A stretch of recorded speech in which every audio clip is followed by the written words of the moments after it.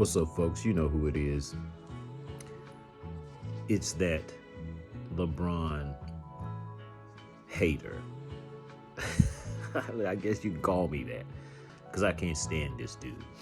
I just had to start with that. But I'm not gonna, that's not what I want to talk about. What I want to talk about is the Olympics just ended. And of course, USA won gold in basketball after some serious pressure. I'm going to give them that because I thought Serbia was going to beat. Did I think they were going to win? I'm going to tell you how that went down. I didn't get to watch the game, but I did watch the highlights of the game on YouTube. And I saw the leads that they were happening.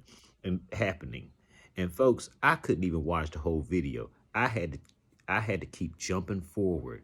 I'm like, these guys 15? I jump forward some more. 12? Jump forward some more. 15 points? And I'm like, dang. But since I didn't see any breaking news about the USA losing, I figured out, no, these guys, somehow they came back and they won. And I watched it and I'm like, yep, there they go. And they pulled it out. Now, I didn't see the France game, the gold medal game. But I heard about Curry hitting some huge shots. And hey, man, he's always been a great player. I'm going to give him that. But really what made me make a video today is I was watching the Dreamers Pro Show, and he was discussing something that Greeney from Getup said on ESPN. And man, these guys get so happy and so out of their minds, in the present, it's just present day bias, I would say. So I listened to what Greeney had to say, and he basically said that, that was the greatest shot he'd seen in the last 50 years of basketball. And I'm like, okay, that's going a bit far because first of all, hey man, in the Olympics, you want to win gold. But I can almost 100% promise you that if you're an NBA player and you've got a choice between an Olympic gold and an NBA championship ring, I'm going to say at least 90% of the time, at the very least, you're going to want an NBA championship ring. That's especially if you are, one of the top echelon players in the NBA. That's what you're looking for. Olympics, hey, yeah, okay. But if I've got a choice, I'm going to be quite honest. Give me that NBA championship. Ask Charles Barkley which one he'd rather have. Ask Karl Malone. Ask any of these players. Because all of them won gold, but none of them have a championship ring. Because of that dude, by the way. I'm not going to mention his name quite yet. But on the Dreamers Pro Show, he put out a poll. And the poll had the shot from Kyrie Irving, I think, Game 7 against the Warriors. It had Michael Jordan, Game 6 against Utah Jazz. It had Ray Allen, Game 6 against who were they playing? Miami was playing. I can't remember who they were playing. It was San Antonio when he hit that shot, and they had another Jordan shot against Utah, and who was another shot? I think it was the shot by Kawhi Leonard when he was a Raptor. I think so. But of course, man, Jordan won. All of these were finals games, okay? There's been a lot of great shots in the NBA, but all of these were finals games. So these are important. This is ring. These are ring getting shots. And Jordan, I think he had the highest percentage out of all of those was the game 6 shot he hit on Brian Russell. And I'm going to agree with that because, man, there was a lot of stuff at stake. Now, a lot of people, they say, well, Jordan, they probably could have won 8 championships. And maybe they could have with everyone healthy. Maybe they could have. But let me tell you something, man. When you're playing upwards of at least 12 to 15 more games a season because you're in the playoffs, hey, man, you get fatigued. Now, let's say you do that for 1 year. 12, 15 more games. 2 years. 12 to 15 more games. And then 3 years.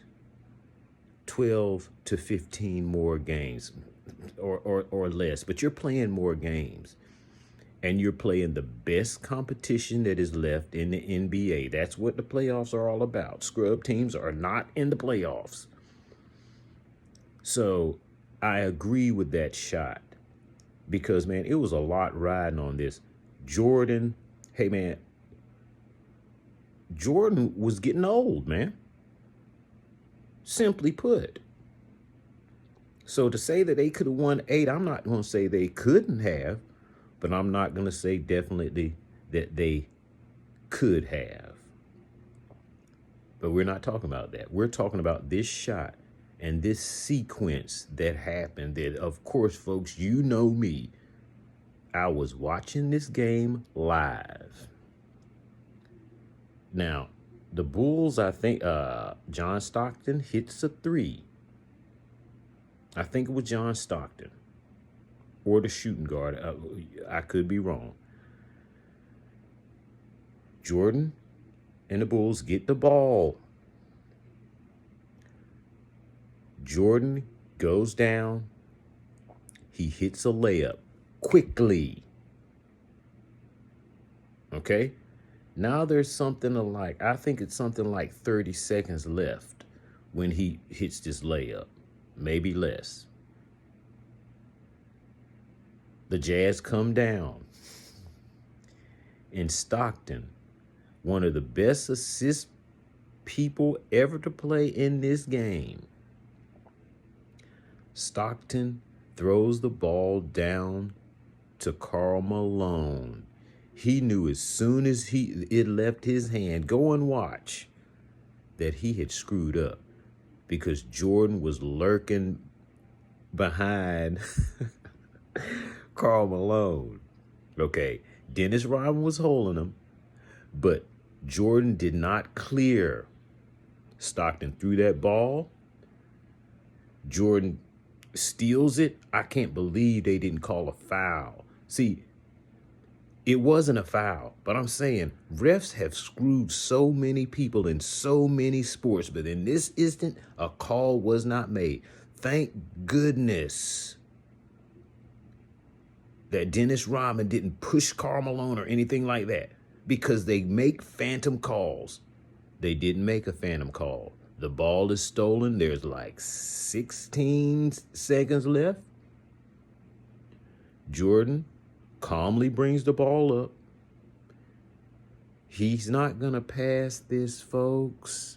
You better come double team him. I don't get it. He's done it too many times. He's even made me be quiet about what he cannot do. They don't double team him. They put Brian Russell out there on an island. And we're not going through our legs and crossing people over and doing all this and 15 dribbles. No, I'm going to drive right, because guess what? You have to respect every move Jordan does. If he blinks his eyes hard, it's going to make you jump. And you all know the story. He goes right. He stops, pulls up, and he hits the shot. Like I said, folks, just because you're wide open does not mean you hit shots. He hits this shot. They go down, they make a stop with maybe 3 seconds left. Game over, 6 championships. So I'm going to give Jordan that. But getting back to what Greeney said, man, you're just a prisoner of the moment. Plus, you're a raging patriot. I wouldn't call myself that, but you're a raging patriot. Talking about that's the best shot you've seen in all your years watching basketball. That's not even the most important shot, man. Okay, you should have done that playing LeBron. That's where we could have. You could have used that best shooter ever. You could have used that when you lost to LeBron and Kyrie. So I'm gonna repeat. Hey, man, I'm tired of saying how great people are. Of course, Steph Curry is great. I'm gonna give him something else that not a lot of players have done. LeBron has not changed the game. Steph Curry changed the game. Do you know the last person that changed the game before Steph Curry? You know it. I've been telling my friend this forever. It was Jordan. Before Jordan, everybody wanted a dominant big man. That's how you won championships. It's just that simple. Even when Jordan was drafted, he was drafted 3rd. And I'm wondering to myself sitting there, how can this happen? There is no one in this draft better than this dude. And if you remember me saying, I don't think it was anybody in the NBA better than this guy. As I said, go back and look at him playing against these guys as a college player on the Olympic team when college players were still playing. You hear Charles Barkley say in one of his interviews, man, that was just unfair. They out there playing grown men. Yeah, Jordan and them were playing grown men. And they had no problem going out there and getting a goal. And we all know who was the man on that team in '84. So for Mike Greeney, he you sound like a little child. You say just silly things. Hey, man, was it did Steph Curry and the USA team play great? Were they pushed? Yes, they were. But to say in the 50 years or however long you've been watching basketball, that's the best shot and the most important shot, stop it. Just stop it. But I just wanted to get on here and talk about that. I'm not hating on that. Hey, man, it's great. They won the gold. Kudos, man. Really. But that shot that Jordan hit, that's probably going to be taken into account that it's the finals, taking into account that the Bulls, this is the last dance. You saw it. Phil, you can win 82 games. You out of here. Jordan said, if Phil was out of here, I'm out of here. So that was going to be the end of that. Plus, man, in this game, Scottie Pippen was hurt. And when I say hurt, he was hurt. He's taking injections in the back. I saw him running around there, super stiff. He couldn't even jog. So I don't know why in the world he was over there on the right wing on the 3-point line with his hands out. Jordan's not passing that ball, man. He's going to take this into his own. He's going to take his future and his legacy into his own hands. And what does he do? What he always did. Or at least 50% of the time, like his clutch numbers. You remember the video we watched? His clutch numbers were basically the same as his regular numbers and percentages. That's what clutch is, man. You do not diminish in those times. If anything, you might up your game a little bit. When everybody else, their game is going to slightly go down in these instances. That ain't Jordan. Now, I'll say it again. Jordan changed the game. And what I told my friend who I've been debating for years, I was like, man, and it took the NBA a while to recover from that, because after Jordan, everyone was trying to play hero ball. The Tracy McGrady's, whoever you want to name, the Allen Iversons, the Tracy McGrady's, the what is his name? Penny Hardaway's, the all of these wing players were trying to do this, but guess what the difference was, folks? They did it while they were shooting like in the mid to low 40s from the field. All of them. Go back and look. I'll tell you again, when Jordan came back in 2001 or something and played those couple of years, 38 to 40, he was averaging the same. He was averaging the same as the young up and coming players who were trying to emulate what he did. Kobe looked just like Jordan, but guess what? Kobe wasn't shooting no 50% from the field doing what he was doing. It's just that simple, man. Now, if you want a man, a shooting guard that's going to shoot 40% as opposed to one who's going to shoot 50 or 45% to 50, then you something's wrong with you. Okay? So when he came back to the Wizards with a crooked, broke finger, bad knees, and all of that, he was right on the level of the top wing players in the league. Tracy McGrady, Allen Iverson, whoever you want to name, he was on that same level. He wasn't shooting 50% anymore, but the best players in the league, wing players, shooting guards and guards, were shooting the same percentages he was.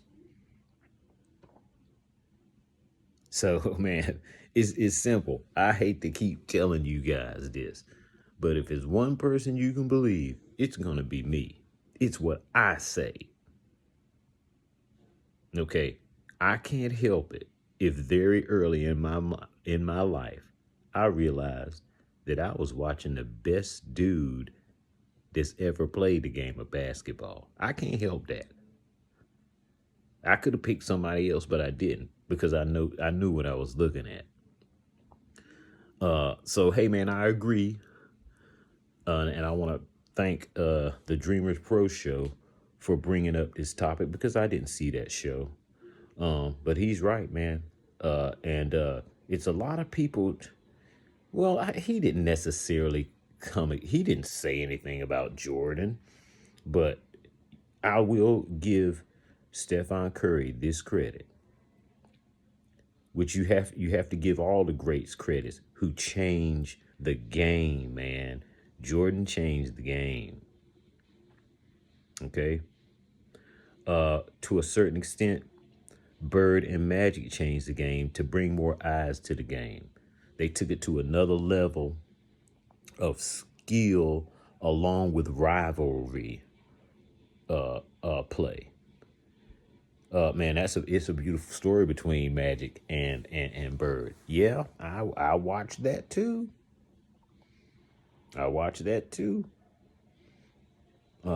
So hey, man, that's all I wanted to talk about. I'll be in with more things at another time, but yeah, Stephen Curry, good job. But I think who cares about the U.S. Olympic gold? Now you better win it. I'm not gonna say if you're gonna go to the Olympics, you need to win gold. But I'm gonna tell you right now, ask Charles Barkley, Ask Karl Malone. Ask Patrick Ewing. Ask John Stockton. Who else? Ask numerous players what they would rather have, that 92 gold or just one NBA championship ring. Let's keep stuff in the context, folks. Let's keep stuff in the context. No, give me that NBA championship, because they only play this Olympics. Man, who cares? You're not playing the best. Okay? You're not playing the best. The NBA has the best talent, period. Night in and night out. Year in and year out. Hey, folks, I appreciate you listening. We ain't going to make a long video, but there's where it is. Peace.